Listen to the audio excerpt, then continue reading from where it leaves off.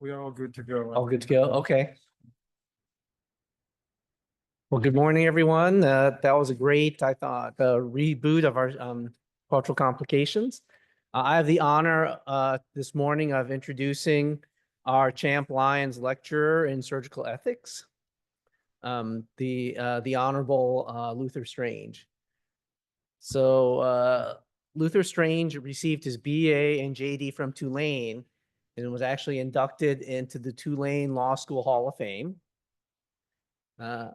He served as Alabama's Attorney General from 2011 to 2017, during which he was known as someone who really enforced ethical behavior.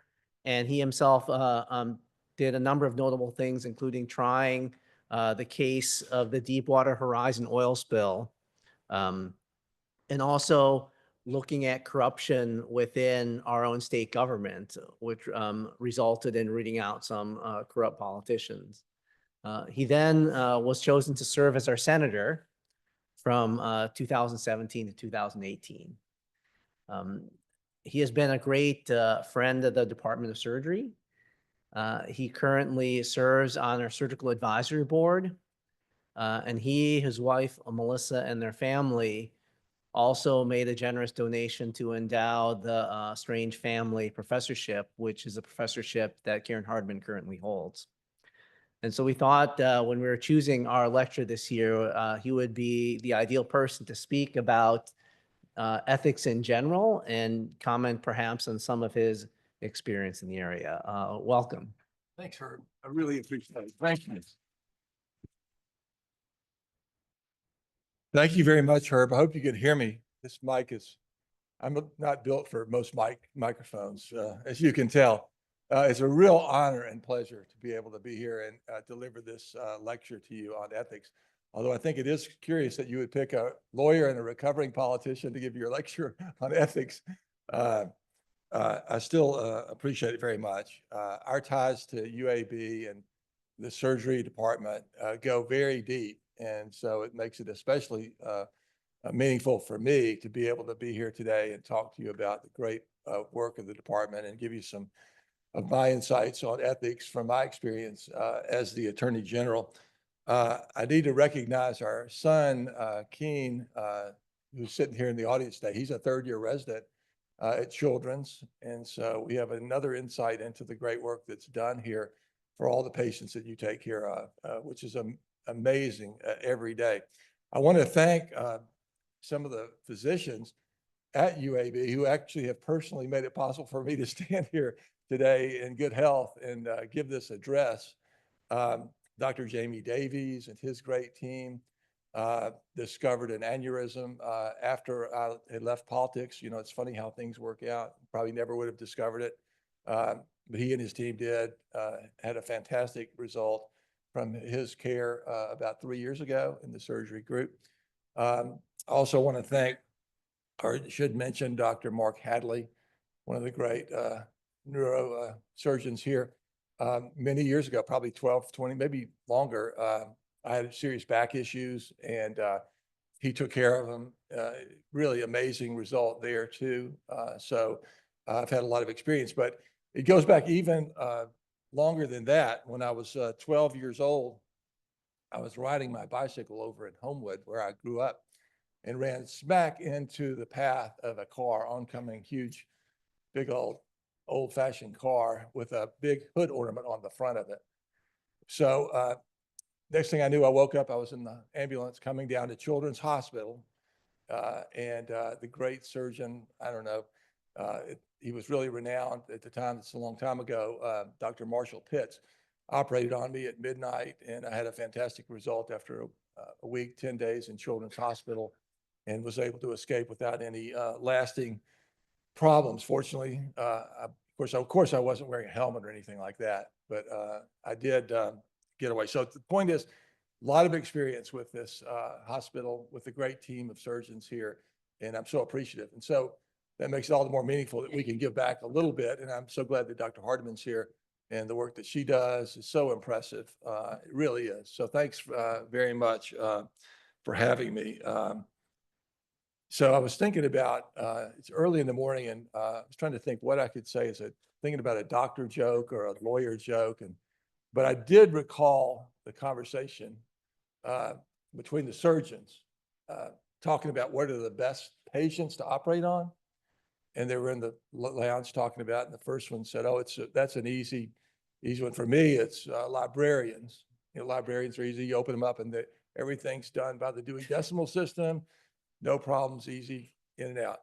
The other surgeon said, "I don't think that's well. That may be your experience. My experience is accountants. They're simple, easy. Open them up. Everything's numerical, very well ordered, files, etc. In and out, no problem." And the third surgeon's there. He says, "Well, in my experience, electricians are the easiest ones because, you think about it, everything's color coded. It's yellow, red, blue. It's easy to put together, no problems." And so they get to the fourth surgeon, and he said, "Well, in my experience, it's contractors. And if you think about it, when you're finished, they never complain if it costs more than you told them it would. And they never give you any trouble if there's some spare parts left over hanging around." So the final surgeon said, "I've got to tell you, but there's no doubt the easiest patients to operate on are politicians. You think about it, there's no brain, there's no spine, and there's no heart. And the rear end and the head are totally interchangeable." So with that, let me talk a little bit about this. As a lawyer, people ask, what do lawyers do? I know doctors and lawyers don't always get along, see each other eye to eye. Keene's grandfather was a doctor, great physician, actually was one of the first. His namesake was one of the physicians who established the residency program here at the University Hospital about 40, 50 years ago, Dr. Keene Barry, who he's named after. And I heard him say a few choice things about lawyers. But when our son Keene was a young man, he said, I happened to overhear him in a conversation with some folks in a room. And they said, "Well, what does your dad do actually? Well, he's a lawyer." "Yeah, I know, but what does he do?" And I was just curious what a child, maybe he was 10 or 11 or something, would say. And he might have forgotten this, but he said, he helps people solve their problems. And I think he must have picked that up from just listening to things that I talked about and did. And that's what he took away from the work that I did. And I think that's a pretty good definition of what a lawyer does. I have been honored, and it's really been a joy to be an attorney for all these years in private practice and in public service. Now I'm teaching at the law school down in Tuscaloosa, a new generation of young attorneys. So you have some medical students here today, trying to encourage them first talk about public service and the role of the Attorney General, and then encourage them to get involved and give back to our profession. And ethics is a big part of that. I remind groups all the time that politicians come and go. And I think you can take some comfort in that when we get frustrated with people that we elect. They come and go. They're here today. They'll be gone someday. It's the principles that endure. And for an attorney, it's based on the oath that we take. All lawyers, all elected officials basically take a simple oath all the way up to the President of the United States, from the local police officer, to uphold the Constitution, the laws of the state, which essentially means the rule of law in this country, which is the fundamental underpinning of all of our freedoms, all of our rights, our freedoms, our abilities to live in this great country that we have. Doctors take an oath as well. You all have to take an oath when you graduate from medical school, just like lawyers do. And ethics is a big part of that mission that we all have in our professions. So let me talk a little bit about my experience and the role of the AG, and weave some ethics into this. And I hope it'll be meaningful to you as you understand, from my perspective, the job, and then maybe you can apply it a little bit to the work that you do as well. Does anybody in the room know the story of Phoenix City, Alabama? There may be one or two. I kind of doubt it. It was a most amazing chapter in Alabama history. And I hope if you get some time to Google it or look into it, you will.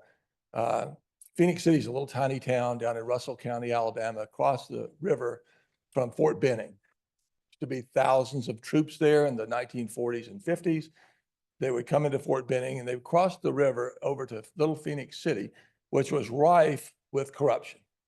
Terribly misused, abused the young soldiers that would come over there. Gambling, prostitution, numbers games, murder, everything else under the sun. And it involved local law enforcement as well. So there was a man named Albert Patterson, and he's kind of lost to history now in our state. But Albert Patterson was a lawyer in Phoenix City, disgusted with what he saw in his community in his town, and he decided to do something about it. He started working with his local community, like we all can do when we see something that we object to in our or want to change in our communities. But he did more than that. He decided to run for attorney general. And this was in the 1950s, where if you won the Democratic primary, it was tantamount to election. So he won the primary. He had made his whole campaign about cleaning up corruption in his own hometown. One night, as he was leaving his office in Phoenix City, headed to Birmingham to testify against the local DA and the sheriffs and other elected officials who were complicit in this corruption. He was assassinated on the sidewalk right outside of his office. The only time an elected official in Alabama has ever been assassinated. It was a really tragic event because it created total chaos in Phoenix City. They knew with certainty that the sheriff, the local district attorney, probably the attorney general at the time in Montgomery, and possibly all the way up to the governor were involved in some way or another in this corruption. So they didn't trust the government system there after the assassination. So as hard as it is to believe, right after that, the governor declared martial law in Phoenix City, Alabama. The only time in American history that martial law has been declared in an American city. So General Hanna, if you see Hanna Steel on the highway, if you go out towards Bessemer, General Crack Hanna was his name, a crusty old general, jumped in his car, mobilized the National Guard, and they converged on Phoenix City. It took over the government of that town and city, and restored order, cleaned up the town. As fate would have it, Albert Patterson had a son named John Patterson. John Patterson, for our Alabama history buffs here, was a young man, a young lawyer. He took his father's place and became attorney general in the late 1950s. Interesting note there is that in 1960, he defeated George Wallace in a very contested race. Wallace then, of course, came back and changed his position a little bit on race issues and won election. And then that history is part of our state's lore, but very interesting. And so if you ever at the state capitol, you'll see a statue to John Patterson. He's this great person who led by example and paid the ultimate price for that. And when I came into office, there was no picture of Albert Patterson in the AG's office, where they have a picture of every former attorney general. And so I thought that was an oversight, and I got a picture of Mr. Patterson and put it in a prominent place in our office, just to remind the team there and future generations of AGs and staff what principled leadership and sacrifice can mean. Very important. But that's a story that's sort of lost to us, but I encourage you to go back and look at it. They even made a movie about it back in the late 50s or 60s, which is kind of one of those black and white movies that maybe you'll want to take a look at. It's a pretty stark part of our state's history. Couple of issues that I had to deal with, and I brought into the office, knowing the Phoenix City story, a real emphasis on ethics and public integrity and making sure that people have trust in our system. And that means holding politicians accountable. So we had a couple of cases that were interesting. Every profession, despite the oaths we take and the commitments we make, we do occasionally have people who stray from those promises to their profession and to their patients or their clients. And we ran into that. When I established this task force of public corruption and white collar crime, I hope they wouldn't have any business at all, like the Maytag repairman. But unfortunately, that wasn't to be. Two cases that were, I think, interesting and unique. One involved a corrupt sheriff in a rural part of Alabama, in Sumter County, a town called Livingston, on the way to Jackson and Meridian, Mississippi. If you take that road down there, pretty rural. There was a sheriff down there who had become totally corrupted. He had opened up his jail to criminals, gave them a key basically to come and go. And unfortunately, the criminals that he was coddling and protecting were really bad people. They were trafficking drugs and people, involved in a lot of bad things. But because it's a small town, people are protective of their officials. Very difficult to come in from the outside and do something about that. But nobody wants to prosecute the sheriff. The sheriff has a lot of power. So the local officials came to us and said, what can you do to help us? And so our creative lawyers in our office said, there's a provision in our Constitution that has never been used, but we might want to think about it. And that is the power to impeach a sheriff for misuse of his office or her office. And I thought, well, that's kind of unique. Well, how would you go about doing that? Turns out you have to impeach a sheriff, which you can do. And then the trial in the impeachment is before the state Supreme Court, which is very unusual to have a trial before the whole Supreme Court of Alabama. But we were able to do that. It protected the local officials from retaliation and things that they were concerned about. And we, after a trial, impeached the sheriff, removed him. Once he was out of office, then federal officials and other state officials, without the fear of the retaliation and other things, were able to come in and convict him and remove him from office, which was very interesting, unusual, creative, but needed to be done. And I'm glad it was. The other big case that we handled, which didn't bring me any great joy, but was important and one we had to do, was prosecute the Speaker of the House of Alabama, the most powerful politician in our state, a guy named Mike Hubbard. He was, really the most powerful person. And he had ironically been the architect of a whole new ethics package of laws that the legislature passed to govern their ethical behavior. And I'll never forget when they were getting ready to pass these laws, I said, just make sure. They all invited me to speak to their group. And I told them very simply, make sure these laws are easy to understand, they're fair, they don't trip up people that are trying to do the right thing, and they do go after people that are not doing the right thing. So they proceeded to pass a massive ethics overhaul. Unfortunately, the speaker, who was the architect of these laws, ran afoul of them. And it became quite the cause célèbre. The team that I had appointed prosecuted the case. And, it was very difficult because I'd been friends with this person, worked with him, and I lost a lot of friends in that process, gained a lot of new enemies, but it was a price worth paying to make sure that even the most powerful people in our government are held accountable and everybody's treated fairly. So he was a Republican. He was a member of my own party. That's very difficult. It's easy to go after somebody on the other side. It seems like that gains you a lot of, fans in your own group. But you have to be, if we're going to have a justice system that people rely on, you have to be willing to put blinders on and go where the truth leads. And unfortunately, that's where it led with Mr. Hubbard, who ultimately served 4 years in prison. He's out now. And, I hope that we won't see any other big cases like that. But I fear that if you look at the national level just recently, what you've seen in terms of people being convicted of ethical violations, I'm afraid it may not governor of New York, for example, I mean, mayor of New York City, for example. It just may be part of human nature, but that's the role of lawyers and the role of AG to take care of things like that. So I hope, and I know that people in this room and people who are listening on Zoom feel compelled to act ethically.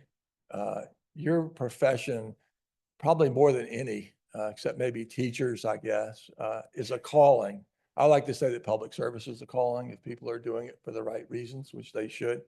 It's not a place to go make money or seek fame. Hopefully, that's not why people go into it. It's a calling. Medicine is certainly a calling, and ethics is a huge part of that calling.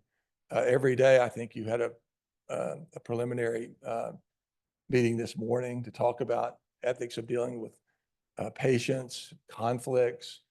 The whole field of medical ethics is massive, and those issues are only going to become more and more interesting, challenging as you continue to push scientific boundaries on what you can do in the operating room, what you can do with medicine.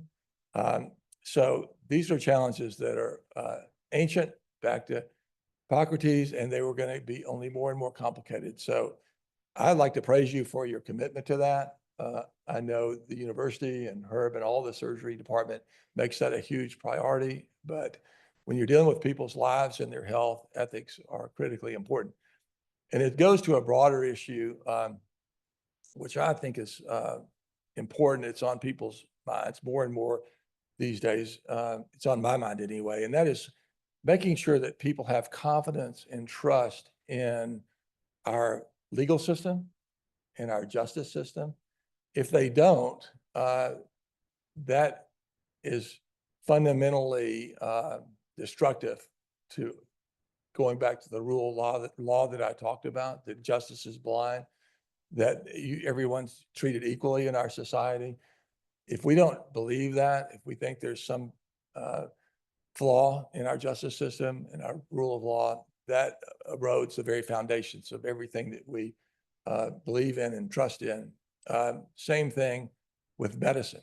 We have to have the public's trust in public health, writ large, public health, and in the medical profession itself. Everything is done right and correctly and ethically. And I feel very good about the medical profession. I'm not so sure about our political system at the moment, but as I said, principles endure. I think if we keep our eyes on that, politicians come and go. We just need to get people that focus on the principles that we all share.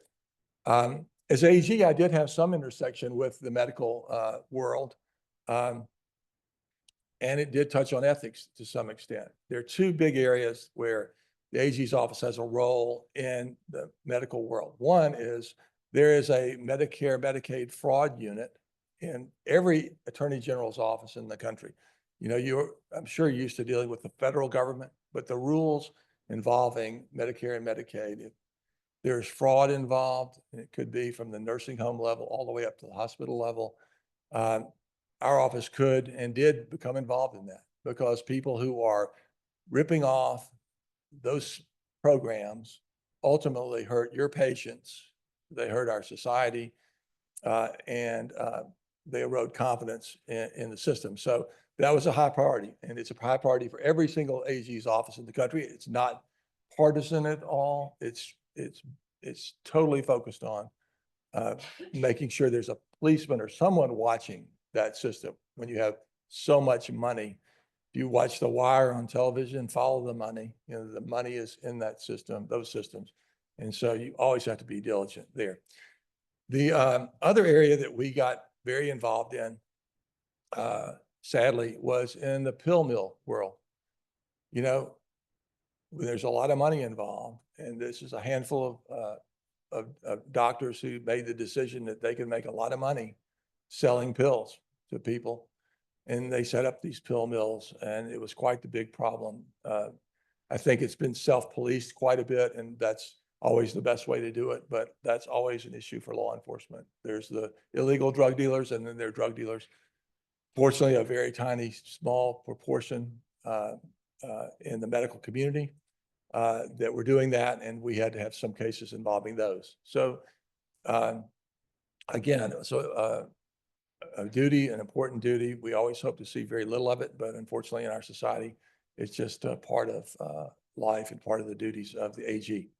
So let me finish up with just and Herb, I don't know if we have time for questions or if there are any, I'm happy to, but I'm really proud that I was an attorney general. It's a fabulous job. You get to take care of people. Your whole focus is on victims, but there've been some interesting characters, and one that you may have heard from before in these ground rounds talks, but at the time he was the youngest attorney general in the United States. I think until Bill Clinton came along in Arkansas, but Bill Baxley is a dear friend of mine and a fantastic lawyer. He actually, in all the ironies, defended Mike Hubbard, the Speaker of the House that I talked about convicting, in his trial. So Bill's had quite a magnificent career, but he was the youngest attorney general in the country in his early 30s, and he was trying the case against Robert Chambliss, one of the Klan members who was responsible for the horrific murder of 4 little girls at the 16th Street Baptist Church, not very far from here. And the head of the Ku Klux Klan, a chiropractor, as I understand it, a non-practicing chiropractor, Dr. Clark, I believe he was, wrote this horrific, vile letter to Bill, lambasting him for trying the Klan member. And this letter was long and everything. So it arrived in Bill's office, and without really consulting his staff, General Baxley sat down and wrote a reply to the Klan leader. And it was very simple. He said, "Dear, quote, Doctor," scare quotes there, "I'm in response to your letter, ... kiss my ass, ... Bill Baxley." And I thought that was one of the most classic, cool things that happened. And at the end of the day, end of the story is Robert Chambliss was convicted of murder in that horrific case and served the rest of his natural life in prison until he died there. So a good result by Bill and a great story. So with that, I want to say thanks again. I really appreciate this opportunity. I appreciate everything that you do in our community, in our state, and just keep up the good work. Thank you so much. Okay, on time? Great. So we have time for questions. One that came over the Zoom. That's okay. So this question is, in your opinion, should the Supreme Court be held to similar ethical standards as the lower courts and other branches of government? Yes, that's a great question. Should the Supreme Court be held to the same standards? And I think the answer is yes, I do. But I do think, I will say this, I think about the Supreme Court, our system of government, as you all know, is based on a brilliant solution founders came up with of 3 branches. Supreme Court is the one branch, executive and legislative. The Supreme Court in our current dysfunctional political system has been asked to do a lot of things that they were never really set up to do, deciding issues that really should be decided by the Congress. And because Congress has not been very effective in passing laws or addressing problems, the Supreme Court seems to become the place that people go to have their disputes resolved, which was never the intent of on big social political issues, never the intent. And I think a lot of the issues that have come up, scrutiny of their ethics, is in some ways based on some of the results that have come out. But the courts change, they go back and forth. And I have total confidence in the ethics of our Supreme Court and the people that are there. But I think the political pressure they're on, there's been a lot of really, I think, kind of inflamed rhetoric aimed their way at the justices and across the board, not just one party or the other. And I think we need to lower the temperature there because I have utmost confidence in the people there. I know several of them, and they are highly ethical, very determined, good people with an understanding of their role. No, thanks, Luther. And Bill. Oh, thank you. Can you show about this?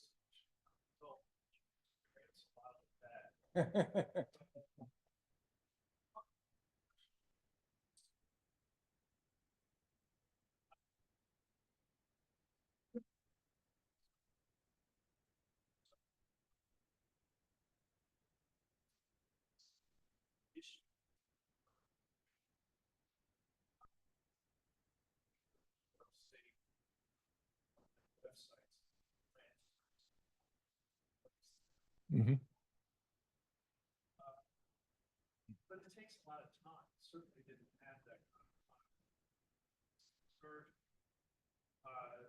But it seems like you need time to fact check stuff across your Facebook, time to read depositions and file testimony to make your own mind up about issues without having it, influenced by journalistic bias, etc. Mhm.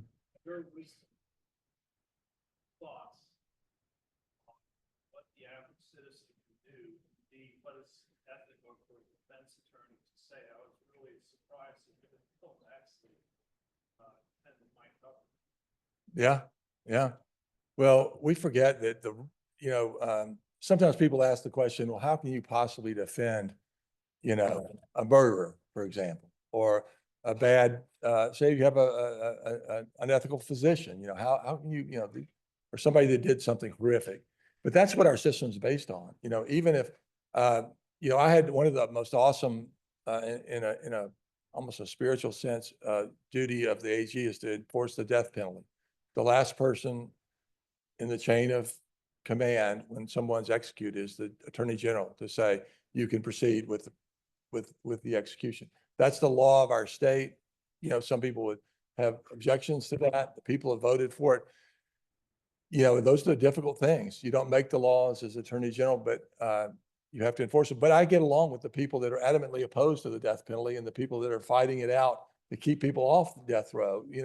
That's their job. And that's what strengthens the system, to have two sides duking it out and making people accountable. That's why you have defense lawyers, because you can't trust prosecutors to just be perfect human beings and assume and determine guilt and innocence themselves. You have to have someone to test that, make sure they're playing by the rules. And that's a really cool part of our system that I really, really like. On the information, we live in in a world now where there's more information than we've ever had. I don't know anything about surgery. I could probably find a lot on Google right now, that you could never do in previous. So I tell young people, especially, you have no excuse not to be knowledgeable about any subject you're interested in, because you can get both sides. I've kind of stopped watching political news since I've been out of office. I watch a lot of sports, and I'm much healthier for it. I recommend that to y'all. But I seriously, I would like for every physician in the country to be very actively engaged in civic life. Figure out what you care about and who you might support, what issues are important to you, and get involved. I mean, we're desperately in need of people getting involved, because if you don't, you're going to wake up and something's going to happen. Some law is going to be passed. You're going to say, what in the world is this, And so that's my encouragement to this group.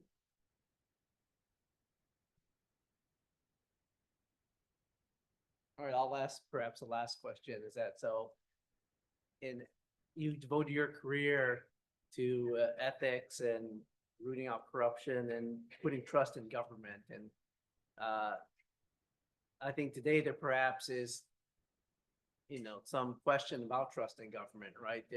People tend not to trust their elected officials. People don't trust elections and stuff. And so how do we find a way forward, do you think, to restore that trust? And Yeah, I think that's a great question. How do we restore trust or have trust in our system? I have trust in our system, in our voting system. I do. Some of the states that were contested in the last election by my own party, I knew the attorneys general in those states, and I knew for a fact they were conservatives who would have rooted out corruption if they saw it. And in Georgia and Arizona and some other states. So I'm very comfortable in our system. People, you may not like the rules, you may not like absentee voting, you may not like early voting, but those are the rules that the people themselves have passed and have accepted. If you want to change that and go back to, you have to show up on Tuesday and show your license and everything, you can pass a law and do that, and that's kind of up to our elected officials to do that. But I do share some concern around the hysteria and the elections here now. We've gotten to a boiling point. But the good thing about it, if you look at, and what I try and do, and I recommend people say, what would you do if you were interested in public service? I would recommend you go back and read some biographies of any historic figure, any president, any governor, any famous physician. They've all had defeats. They've all had setbacks. They all operated in environments that have been, at the time, looked almost dire. You know, whether it's this, I just finished reading a book about the time between when Abraham Lincoln was elected and the time that Fort Sumter was fired on in 1861. Can you imagine being in a country where it's literally falling apart? And then, of course, wars and plagues and everything else under the sun. Our system has endured. And, you know, I'm optimistic that, like I said before, principles will endure. We've had a lot of politicians that have come and gone, but the country has remained strong because of that fundamental core. So that's what I'm focused on. But I'm very optimistic, Herb. It's as depressing as it is to watch the news these days. I'm optimistic. But thank you again. Thank you. Great. I'll send you the tape when you get it. I'll send you the. No, that was definitely the recording stuff. I think you meet with me next. Okay, good. So what do we got going on today? I saw the agenda. Yeah. So you want me to be, what's about it? So what you're gonna do is you're gonna meet with me in pre-chat, Yeah. and then you'll meet with several other faculty who are just gonna pick your brains and Okay. get to know you. And then I think the last thing is you have lunch with our residents. We're probably gonna ask you a lot of questions. Oh, good. Okay. Okay. And then you probably have time to see Keem later today, maybe. We're getting ready to go to North Carolina after after I'm finished up today. Oh, are you? We're Okay, gonna okay. drive to North Carolina. Okay. Yeah. All right, let's get a picture together. Absolutely. Yeah. Yeah, let's see. Yeah, I'll put this out.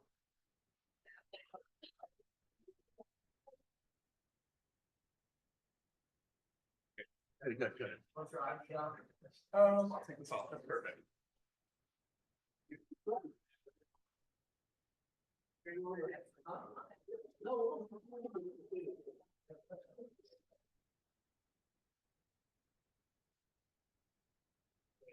Oh, good.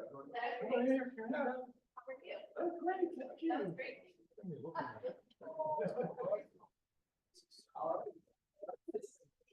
Thanks for being here, Karen. Thanks for coming over. Great to see you. Been hanging out with Sam. All right, I gotta go get to You rest. guys get going? Yeah.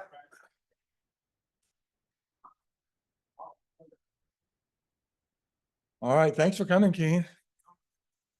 Yeah, so I good. got. We returned in about 1.5 hours, so it was perfect. Okay, good job. Great, great. Thank you. Let me know. Yes, yes. Let me know when you get home. Thanks for letting us. Yeah, it's okay. Yeah, Perfect. Okay. Oh, okay.